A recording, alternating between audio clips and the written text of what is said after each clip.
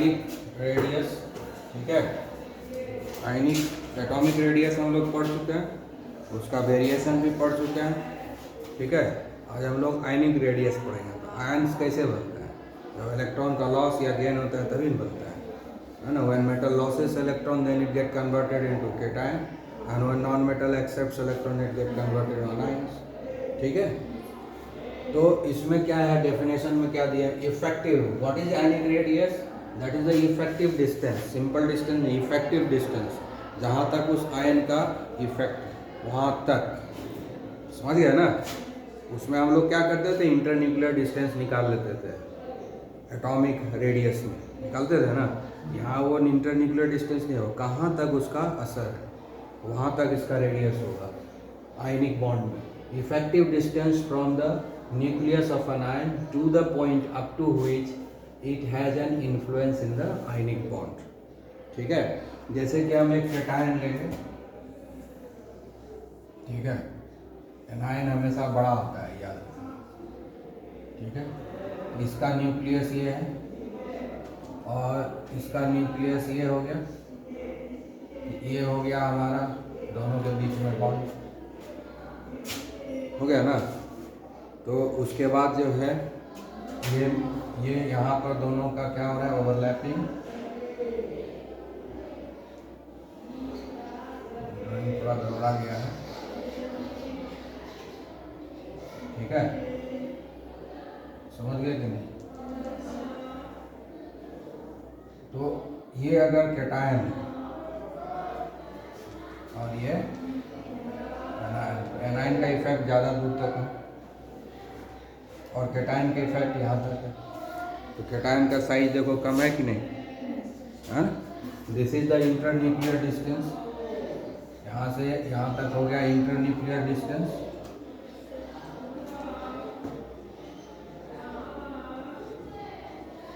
तो यही हो गया ना बॉन्ड लेंथ, हाँ। तो नॉर्मली हम लोग क्या करते हैं, इंटरन्यूक्लियर डिस्टेंस का हाफ कर देते हैं बॉन्ड लेंथ निकालने के लिए, हाँ। बॉन्ड लेंथ, ये बॉन्ड लेंथ हुआ, इसको हाफ कर देंगे, रेडियस निकल जाएगा, नॉर्मली यही करते हैं।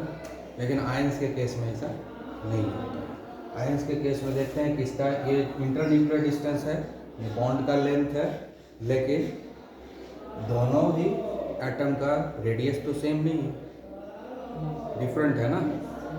इसका इफेक्ट यहाँ तक है, इसलिए ये हुआ कैटायन का रेडियस, इसका इफेक्ट यहाँ तक है, इसलिए इसका ये हुआ एनायन का रेडियस, ठीक है। So anionic radius and cationic radius, anionic radius and cationic radius. तो ये हो गया हमारा कैटायनिक रेडियस,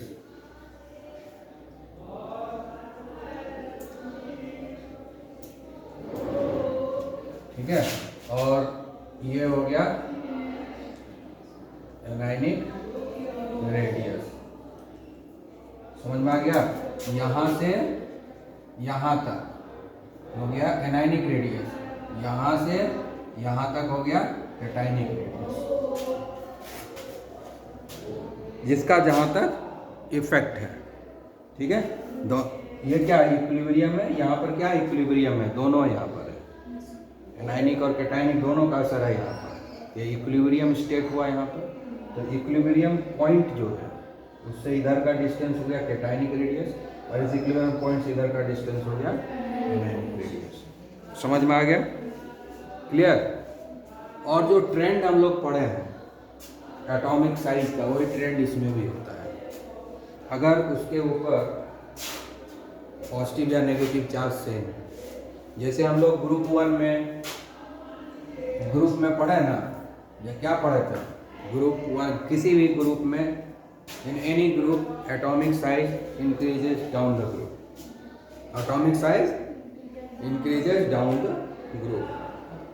तो आयनिक रेडियस में भी वही होगा, ionic radius increases down the group. किसी भी ग्रुप में जाएंगे तो आयनिक रेडियस का साइज इंक्रीज करेगा टॉप टू बॉटम, जैसे एटॉमिक साइज इंक्रीज करता था उसी तरह से इस, और रीजन भी सेम रहेगा, provided all ion should have same charge, all ion should have same charge. अगर किसी के ऊपर एक पॉजिटिव है, किसी के ऊपर 2 है, किसी के ऊपर 3 पॉजिटिव, तब नहीं होगा, तब हमको और भी फैक्टर्स को कंसिडर करना होगा। प्रोवाइडेड, और किसी भी ग्रुप में जब हम जा रहे हैं तो उसमें तो जो वैलेंस इलेक्ट्रॉन है वही उतना ही इलेक्ट्रॉन लॉस या गेन करेगा, तो चार्ज तो सेम रहेगा।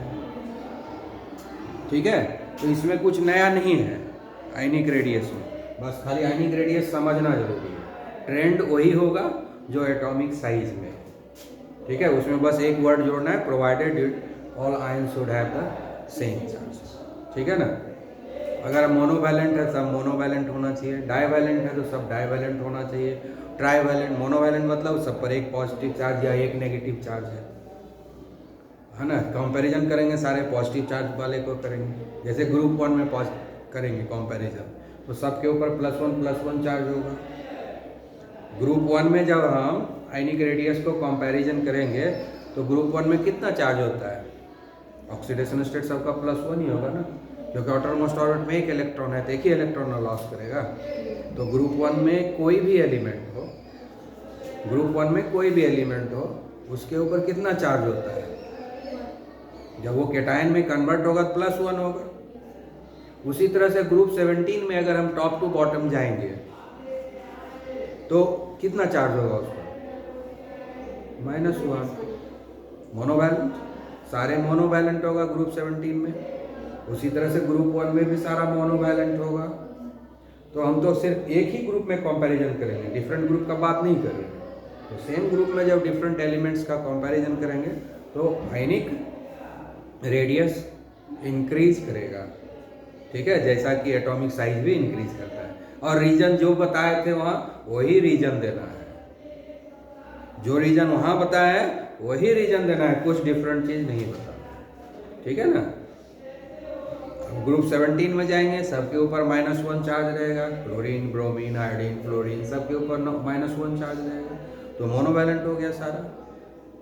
तो वहाँ भी एटॉमिक साइज जैसे टॉप टू बॉटम इंक्रीज करता था, वैसे ही आयनिक साइज भी इंक्रीज करेगा। ठीक है, उसी तरह से जब हम पीरियड में मूव करते हैं, first period, second period, third period, किसी भी पीरियड का आप एग्जाम्पल ले सकते हैं। जब लेफ्ट टू राइट हम जा रहे हैं किसी भी पीरियड में तो क्या हो रहा है कि एटॉमिक साइज डिक्रीज करता है, एटॉमिक साइज डिक्रीज करता है, तो यहाँ पर आयनिक साइज भी डिक्रीज करेगा। जब किसी भी पीरियड में लेफ्ट टू राइट, किसी भी पीरियड में लेफ्ट टू राइट जब हम मूव करेंगे तो एटॉमिक साइज डिक्रीज करता है, आयनिक साइज भी सेम वे में डिक्रीज करेगा, उसका रीजन भी सेम होगा, एक्सप्लेनेशन सेम होगा, जो कि हम वहाँ बताए थे।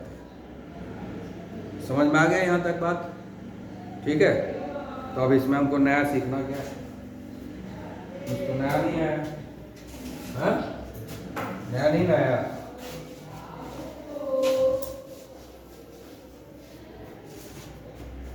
Cations are always smaller than that of parent sector। ठीक है, इस स्टेटमेंट को याद रखो जो नया सीखोगे यहाँ। Cations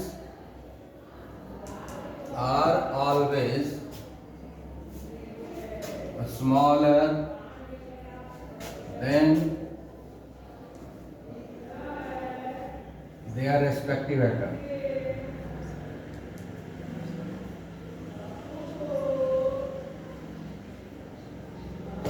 ठीक है ना, जैसे कि सोडियम आयन है ना, और सोडियम, तो इसका जो साइज होगा, radius of sodium ion and radius of sodium, तो radius of sodium ion is always smaller than sodium. ठीक है ना, radius of potassium ion is always smaller than the radius of potassium. ठीक है, radius of magnesium ion is always smaller than the radius of magnesium। समझिए, आया बात समझ में? Radius of aluminium ion is always smaller than the radius of aluminium. ठीक है, ऐसा क्यों होता है, ऐसा कैसे हो गया, ऐसा हुआ कैसे, मेरे क्वेश्चन है ना। हाँ, अब जैसे हम लोग सोडियम का एग्जांपल लेते हैं, सोडियम का न्यूक्लियस है, उसके चारों तरफ 3 ऑर्बिट है, है ना, ये सोडियम हो गया।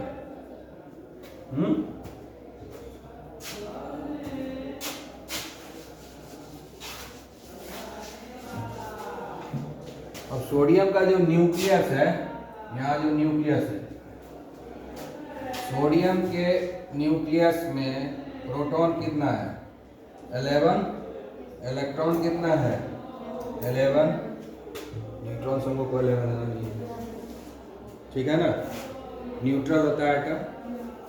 उसके बाद जब हम सोडियम आयन में हम जा रहे हैं तो प्रोटॉन कितना है, प्रोटॉन 11 ही रहेगा। ये प्रोटॉन को कोई मतलब नहीं है केमिस्ट्री से, ठीक है ना, केमिकल रिएक्शन से इसको कोई लेना देना नहीं है। इलेक्ट्रॉन कितना हो जाएगा, एक इलेक्ट्रॉन लॉस हुआ ना 10 हो गया। पहले 11 प्रोटॉन 11 इलेक्ट्रॉन को पुल करता था सेंटर के तरफ। पहले 11 प्रोटॉन न्यूक्लियस वाला, 11 इलेक्ट्रॉन ये तीनों ऑर्बिट में है उसको पुल कर रहा है सेंटर की तरफ। अब क्या हो रहा है, 11 प्रोटॉन 10 इलेक्ट्रॉन को पुल कर रहा है, तो कम इलेक्ट्रॉन को पुल कर रहा है ज़्यादा प्रोटॉन, तो ज़्यादा ना खींचेगा, स्क्वीज इन हो जाएगा, छोटा हो जाएगा। इसीलिए कैटायंस आर ऑलवेज स्मॉलर, क्योंकि कैटायन में हमेशा नंबर ऑफ इलेक्ट्रॉन जो है कम रहेगा, प्रोटॉन तो उतना ही रहेगा, ठीक है। अगर हम एल्यूमिनियम में लें तो एल्यूमिनियम में प्रोटॉन कितना है 13, इलेक्ट्रॉन कितना है 13, और एल्यूमिनियम आयन में कितना प्रोटॉन हो गया 13, लेकिन इलेक्ट्रॉन तो 10 हो गया। हाँ, यहाँ 13 प्रोटॉन 13 इलेक्ट्रॉन को पुल कर रहा है सेंटर के तरफ, तो जो भी संभव वो खींच रहा है सेंटर के तरफ। लेकिन अब यहाँ 13 प्रोटॉन 10 इलेक्ट्रॉन को पुल कर रहा है, तो अब बराबरी का मामला नहीं है, समझ गया ना। नंबर ऑफ प्रोटॉन ज़्यादा है, नंबर ऑफ इलेक्ट्रॉन कम है, तो ज़्यादा न खींचेगा। हाँ, आया बात समझ में। जैसे रस्सी खींचने वाला जो खेल खेलते हैं ना, तो अगर एक तरफ आदमी कम हो जाएगा तो जिधर ज़्यादा रहेगा उधर खींचा जाता है ना, होता है ना। हाँ, अगर हम वहाँ पर वेट बॉडी देख करके करते हैं अरेंजमेंट तो होता है, वेट बॉडी देख करके अरेंजमेंट किया जाता है, उसमें वेट को हिसाब से होता है। जैसे कि कुश्ती भी होता है तो वेट से होता है, तो अगर सेम वेट रहेगा सारे आदमी का तो नंबर ऑफ पर्सन जिधर ज़्यादा रहेगा उधर ही खींच लेंगे। तो वैसे ही है ना, प्रोटॉन खींच लिया तो छोटा हो गया, ये जो साइज इतना बड़ा दिख रहा है थोड़ा सा सिकुड़ जाएगा, आयन बनने कैटायन बनने के बाद थोड़ा सा वो स्क्वीज इन हो जाएगा। आ गया समझ में, क्योंकि नंबर ऑफ प्रोटॉन ज़्यादा है और नंबर ऑफ इलेक्ट्रॉन कम है, किसमें कैटायन में। आ गया समझ में, क्लियर हुआ।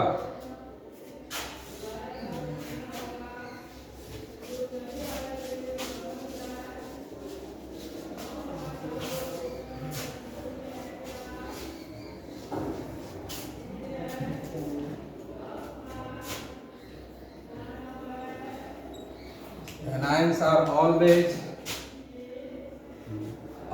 bigger or greater, जो इतना लिख सकते हैं, ठीक है, ग्रेटर से बिगर ही सारे।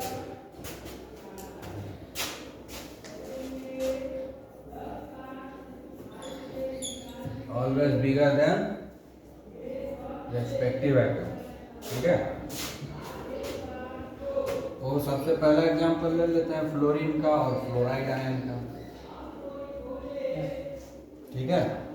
फ्लोरीन में नंबर ऑफ प्रोटॉन कितना है, एटॉमिक नंबर जितना रहेगा वही ना होगा, इलेक्ट्रॉन भी 9 हो गया। फ्लोराइड आयन पर एक नेगेटिव चार्ज है, यानी प्रोटॉन तो उतना ही है लेकिन इलेक्ट्रॉन बढ़ गया, है ना। तो अब कम प्रोटॉन है, इलेक्ट्रॉन ज़्यादा हो गया, तो खींचना थोड़ा उसके लिए दिक्कत हो जाएगा, तो ताकत कम लगेगा, तो क्या हो जाएगा स्क्वीज आउट हो जाएगा, है ना। स्क्वीज आउट मतलब फूल गया, है ना, साइज बढ़ गया, ठीक है। उसी तरह से अगर हम क्लोरीन का एग्जाम्पल लेंगे और क्लोराइड का एग्जाम्पल लेंगे तो नंबर ऑफ प्रोटॉन 17 है, इसमें भी नंबर ऑफ प्रोटॉन 17 है। नंबर ऑफ इलेक्ट्रॉन 17 है, लेकिन नंबर ऑफ इलेक्ट्रॉन यहाँ पर क्या हो गया 18, बढ़ गया।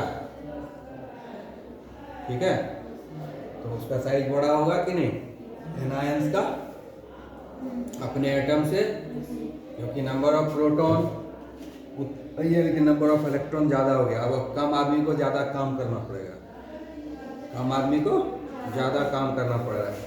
प्रोटॉन कम रह गया, 18 इलेक्ट्रॉन आ गया, उसको ज़्यादा काम करना पड़ेगा ना, तो थोड़ा इफेक्ट उसका कम हो ही जाएगा, इसलिए क्या होता है साइज बढ़ जाता है। समझ में आ गया। ऑक्सीजन का भी तुम एग्जाम्पल ले सकते हैं, ऑक्सीजन एंड ऑक्साइड आयन, यही है ना। तो इसमें कितना होता है प्रोटॉन है 8, इलेक्ट्रॉन कितना होता है 8, यहाँ प्रोटॉन कितना होगा 8, इलेक्ट्रॉन कितना हो जाएगा 10। ठीक है, तो 8 प्रोटॉन 10 इलेक्ट्रॉन को पुल कर रहा है, तो ताकत कम लगेगा, इसलिए स्क्वीज आउट हो जाएगा, फोर्स ऑफ अट्रैक्शन वीक हो जाएगा, तो स्क्वीज आउट हो जाएगा, स्क्वीज आउट होगा साइज बढ़ जाएगा। समझ में आ गया, क्लियर। तो अब हम लोग पढ़ेंगे isoelectronic species. So these are the species और ions, it may be neutral atoms और ions that will have the same number of electron, total number of electron would remain same, but their nuclear charge would be different, their nuclear charge would be different. ठीक है, just like you can see here sodium ion and magnesium ion, sodium ion magnesium ion, number of proton कितना है यहाँ पर, number of proton 11, number of electron 10, number of proton 12, but number of electron 10.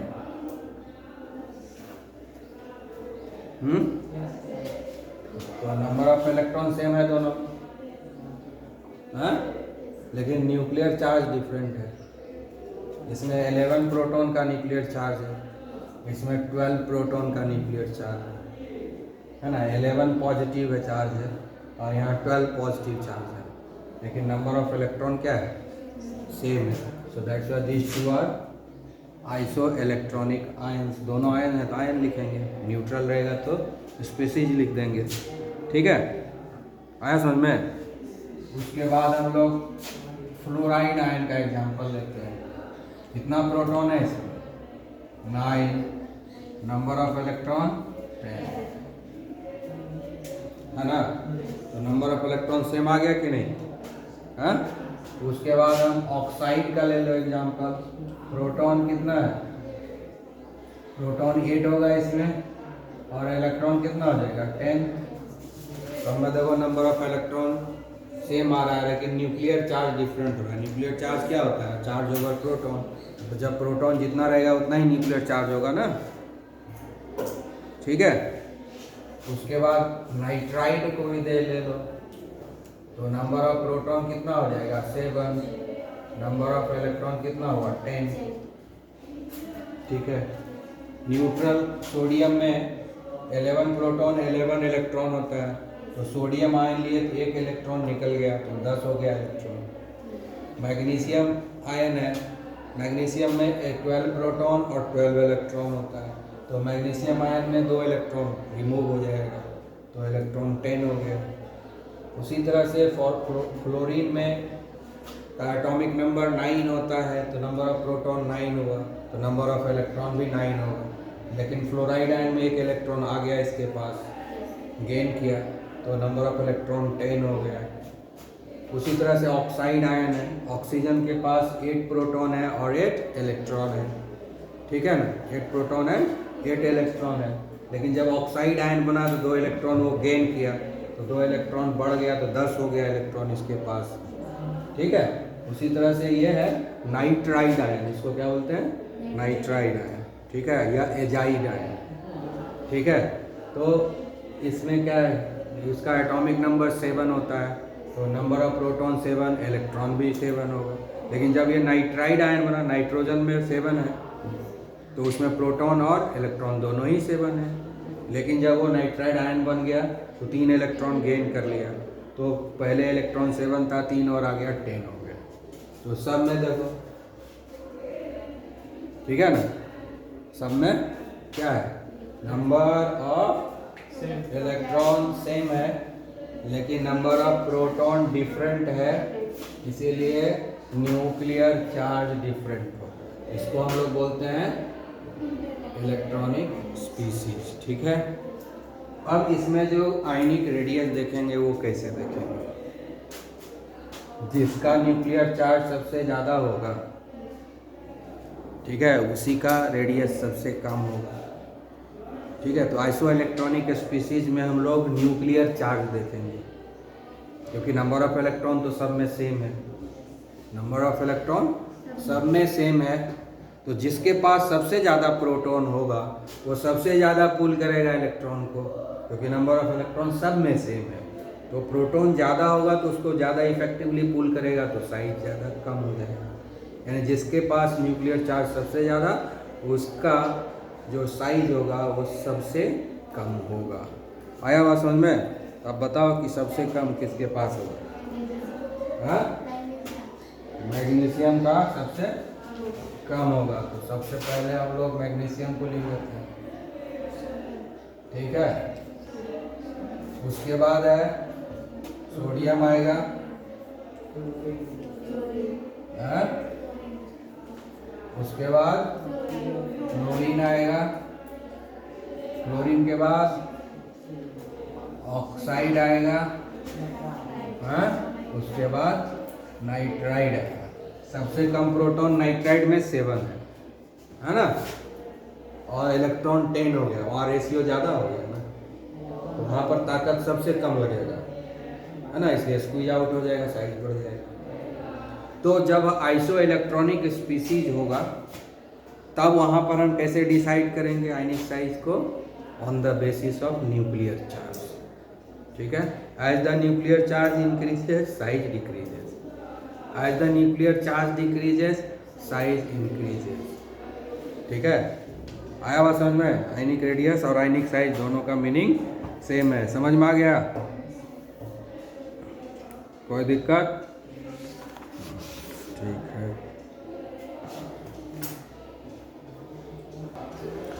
ठीक है। तो अब यहाँ पर क्या कह रहे हैं, 119 है, अभी तक डिस्कवर नहीं हुआ है, तो हम इसको किस ग्रुप में रखेंगे, पीरियोडिक टेबल में कहाँ रखेंगे, अगर डिस्कवर होगा कहाँ रखेंगे, ये पूछ रहा है। पता नहीं है कहाँ रखेंगे, जहाँ रखेंगे वहाँ पता चल जाएगा, तो उसका प्रॉपर्टी भी पता चल जाएगा। तो हम इसका इलेक्ट्रॉनिक कॉन्फ़िगरेशन लिखना पड़ेगा, तभी ना होगा। तो उसके लिए क्या है, ये याद रखो, तभी ना होगा। 3p 3d, 4s 4p 4d 4f, 5s 5p 5d, 6s 6p 7s, ठीक है, यही है ना। आया बात समझ में? ये लिख लेंगे, उसके बाद हम लोग इलेक्ट्रॉनिक कॉन्फ़िगरेशन लिख देंगे, तो अपने आप पता चल जाएगा 119, ठीक है। इसका तो सबसे पहले सिंबल बना लेते हैं, ठीक है। सिंबल क्या होगा, 119 है ना, हाँ? तो नाम क्या दे सकते हैं, 1 के लिए क्या लिखते हैं, अन, फिर अन लिखेंगे, और उसके बाद 9 के लिए, हाँ, E-double-N, क्या दिया है, फिर से बोलो, टी,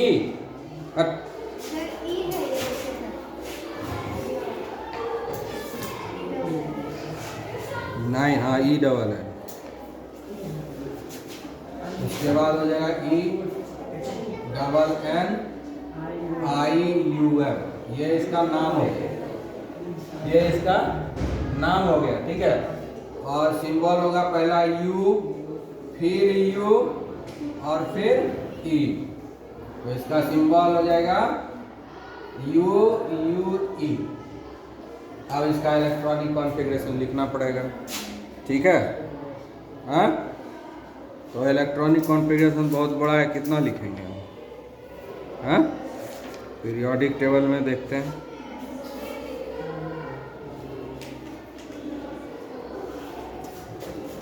चलो इसको लिखते हैं, कितना लिखेगा? 1s2 2s2 2p6 3s2 3p6 4s2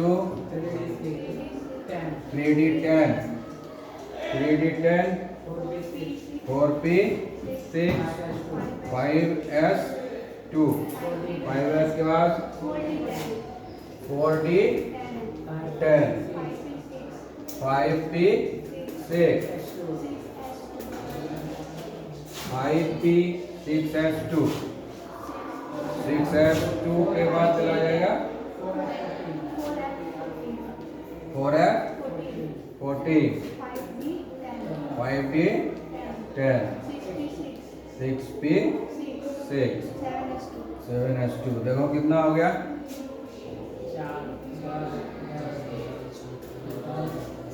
कितना हो गया?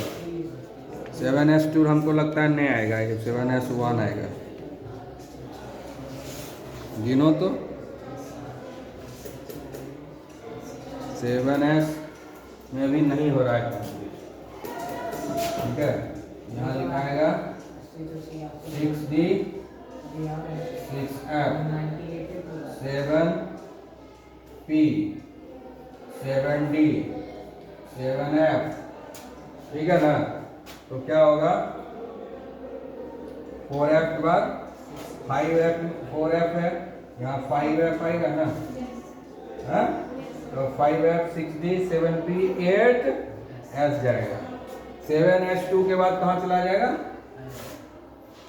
5f 14 है ना, 6d 10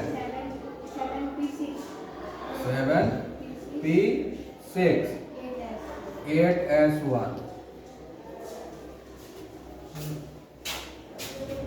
8s1, 8 यही आउटर मोस्ट ऑर्बिट है, 8वां पीरियड है ना। तो पीरियड हो गया 8 और ग्रुप हो गया 1। ये आउटर मोस्ट ऑर्बिट में एक इलेक्ट्रॉन है, और क्या खोज रहा है? इलेक्ट्रॉनिक कॉन्फ़िगरेशन हो गया, ग्रुप नंबर हो गया, पीरियड हो गया, इतना ही खोज रहा है, ठीक है।